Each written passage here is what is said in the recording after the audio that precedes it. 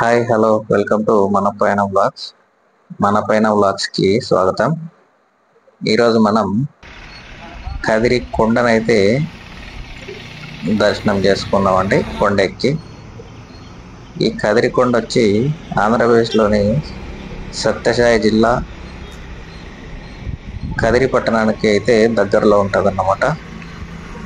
ఈ కదిరి కొండ ప్రాముఖ్యత ఏంటంటే ఇక్కడ ముఖ్యంగా చెంచులక్ష్మి ఆలయం ప్రసిద్ధి చెందిందన్నమాట.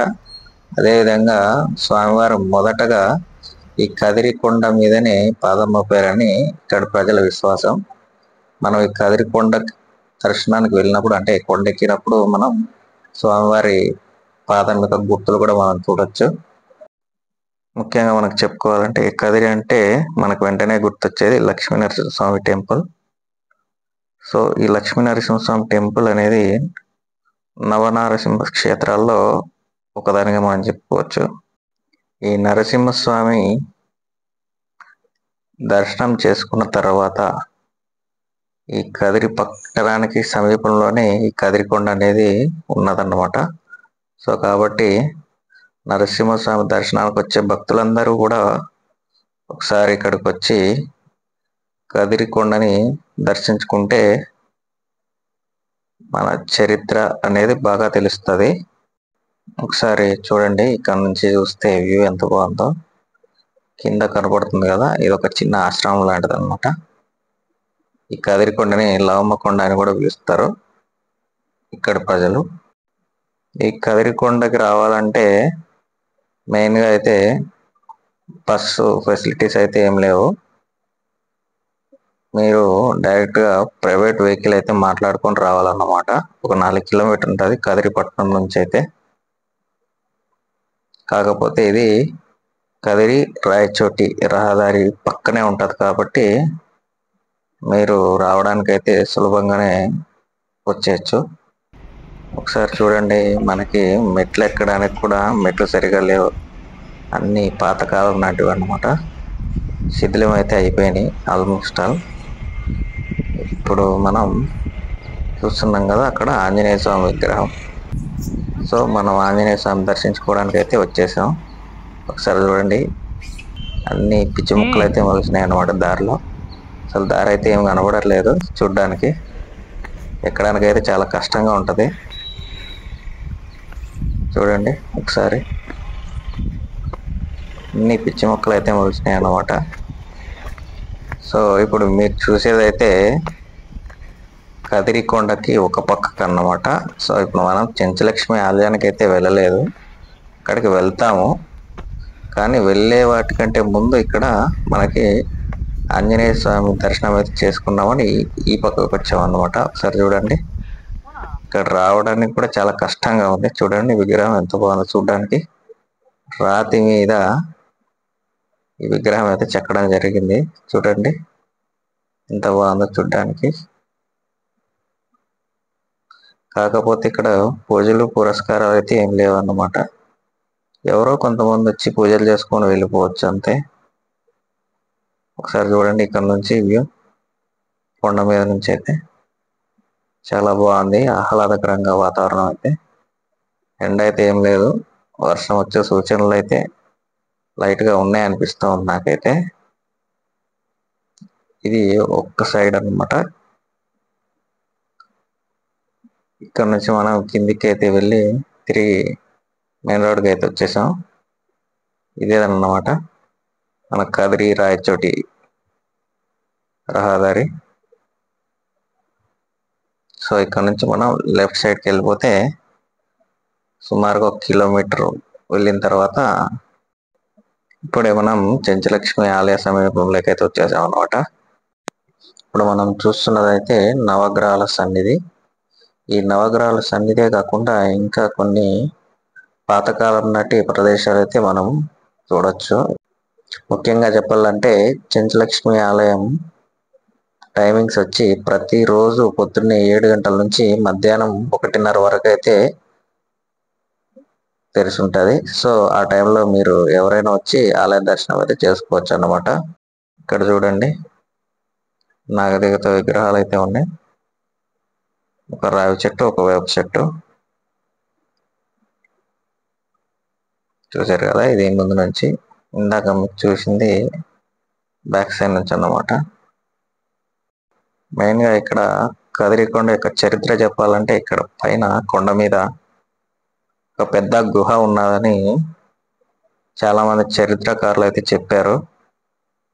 అదేవిధంగా ఆ గుహలో సుమారు ఒక 40 అడుగుల పొడవు ఉన్నటువంటి సర్పం అయితే తిరిగేదంట. ఒకసారి చూడండి, ఇక్కడ ఒక పురాతన బావి అయితే మనం చూడొచ్చు. ఇక్కడ కింద ప్రస్తుతానికి బావిలో ఏముందో చూసేద్దాం. బావిలో అయితే ఏం లేవన్నమాట, నీళ్లు కూడా ఎండిపోయింది, నీళ్లు లేవు. సో ఈ కుడి పక్కన చూస్తేనేమో ఇవన్నీ ఈ మధ్యనే గవర్నమెంట్ కట్టించినటువంటి షెల్టర్స్ అనుకుంటున్నాను నేనైతే. ఇప్పుడు మనం గుడిలోకి అయితే వెళ్ళిపోదాం. ఇదే అన్నమాట గుడి ఎంట్రన్స్. ఈ మొదట కనిపించేదే సీతారాముల గుడి అన్నమాట. ముందు మనం అయితే గుడి లోపలికి అయితే వెళ్ళిపోదాం. దాని తర్వాత మనం స్వామివారి పాదాలు, అదేవిధంగా సప్త ఋషుల గుహను అయితే చూసేద్దాం కొండెక్కి. ఇదేనండి చెంచలక్ష్మి అమ్మవారి గుడి, కదిరికొండ దగ్గర ఉన్నటువంటి ప్రదేశం. ముఖ్యంగా చెప్పాలంటే నరసింహస్వామి వారి జన్మ నక్షత్రం రోజునైతే ఇక్కడ గిరి ప్రదక్షిణ అయితే భక్తులు చేయడం జరుగుతుంది. ఆ స్వామివారి జన్మ నక్షత్రం అంటే స్వాతి నక్షత్రం అన్నమాట. సో ఆ రోజునైతే ఇక్కడ ప్రజలందరూ కూడా వచ్చి గిరి ప్రదక్షిణ అయితే చేస్తారు. అదేవిధంగా ఇక్కడ కదిరిలో సంవత్సరానికి ఒకసారి అయితే బ్రహ్మోత్సవాలు జరుగుతాయి. చాలా అంగరంగ వైభవంగా చేస్తారన్నమాట. ఇక్కడికి ఈ రథోత్సవం చూడడానికి అయితే రాష్ట్రంలోని నలుమూల నుంచే కాకుండా కర్ణాటక, తమిళనాడు, మహారాష్ట్ర నుంచి కూడా భక్తులు ఎక్కువగా వస్తారు చూడడానికి. ఇదిగోండి ఇప్పుడు మనం చూడబోయేది, చూస్తున్నారు కదా సీతారాముల విగ్రహాలు. ఇది సీతారాముల గుడి అన్నమాట. ఇది చెంచలక్ష్మి ఆలయం పక్కనే ఉంటది, చూశారు కదా. సో ఎదురు కనపడేది ఆంజనేయ స్వామి విగ్రహం అన్నమాట. సో ఈ ఆలయ ప్రాంగణంలోనే మనం ఈ మూడింటిని చూడొచ్చు. అదేవిధంగా ఇప్పుడు కొండ మీద మనకి సప్త ఋషుల గుహ అని ఒక ప్రదేశం ఉంది, అది కూడా చూసేద్దాం. అదేవిధంగా పైన మనం స్వామివారి కాలుమోపుట ప్రదేశం కూడా చూడొచ్చు అన్నమాట. చూడండి, స్వామివారి పాదాలు కింద గుడి పక్కనే ఉన్నాయి అన్నమాట. ఈ సప్త ఋషుల గృహ యొక్క ప్రత్యేకత ఏంటంటే, పూర్వం ఇక్కడ సప్త ఋషులు కూడా ఇక్కడే తపస్సు చేసుకొని స్వామివారి దర్శనార్థం ఇక్కడ నుంచే మనకి గుహ ద్వారా వెళ్ళి కింద కదిరిలో ఉన్నటువంటి నరసింహస్వామిని అయితే దర్శనం చేసుకునేటోళ్ళట. అంటే సుమారు ఇక్కడ నుంచి 3 కిలోమీటర్లు అయితే గుహ ద్వారానే వెళ్ళేటోళ్ళు అన్నమాట. ఇప్పుడు అది ఎలా ఉందో చూసేద్దాం. చూడండి ఒకసారి. ఇక్కడ నుంచి మనం స్వామివారి పాదాలకైతే 20 అడుగుల దూరంలో ఉన్నామని బోర్డు చూపిస్తూ ఉంది. సో ఇప్పుడు మనం మెట్లయితే ఎక్కేద్దాం పైకి వెళ్ళి. మెయిన్గా ఈ కదిరికి ఈ పేరు ఎలా వచ్చిందంటే, కా అంటే విష్ణుపాదము, అద్రి అంటే పర్వతం అన్నమాట. అంటే విష్ణువు పాదం మోపిన ప్రదేశం లేకపోతే పర్వతం, అందుకనే ఇక్కడ కాద్రి అని పిలుస్తారు అన్నమాట ఈ ప్రదేశాన్ని. ఇదే కాలక్రమేణా మనకి కదిరిగా స్థిరపడింది. ఇంకా చరిత్ర చెప్పుకున్నట్లయితే మనకి ఇక్కడ నరసింహస్వామి కదిరి చెట్టు వేళ్ళ నుంచి అయితే ఉద్భవించడం జరిగింది అనమాట స్వయంభూగా.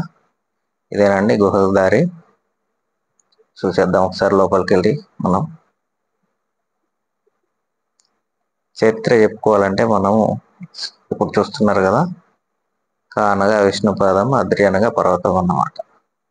సో ఇందాక నేను చెప్పినట్లే ఈ రాతి పైననే మనకి స్వామివారి పాదాలు అయితే ఉంటాయి. అవి ఎలా ఉంటాయి ఒకసారి చూపించేస్తాను మీకు, చూడండి. ఇలా ఉంటాయి అన్నమాట. ఇదేనండి సప్త ఋషుల గుహ. ఇక్కడ నుంచే మన సప్త ఋషులు కూడా ఈ గుహ ద్వారా వెళ్ళి కదిరి నరసింహస్వామికి సేవ చేసుకొని ఆయన దర్శనార్థం ఇక్కడ నుంచే తిరిగి ఇక్కడికి వచ్చేవాళ్ళం అన్నమాట. సుమారుగా ఈ గుహ నుంచి కదిరి నరసింహస్వామి దేవస్థానం 4 కిలోమీటర్లు అయితే ఉంటుంది. కాకపోతే ఇప్పుడైతే ఈ గుహలో నుంచి దారి అయితే ఏం లేదు. చూడండి ఒకసారి, అంతా శిథిలం అయిపోయింది. అసలు ఏమాత్రం కూడా దారి లేదు, మొత్తం మూసేయడం జరిగింది. మరి ఇక్కడ ఉండే స్థానిక ప్రజలు మూసేశారా, లేకపోతే ఆటోమేటిక్గా ప్రకృతి కాలక్రమేణా జరిగిందనేది తెలియదు. ఇక్కడైతే చిమ్మ చీకటి అన్నమాట. చూడండి, ప్రస్తుతానికి అయితే ఏం కనబడట్లేదు. అసలు కొంచెం కూడా అయితే దారి అయితే ఏం లేదన్నమాట చూడ్డానికి. ఒకసారి చూడండి,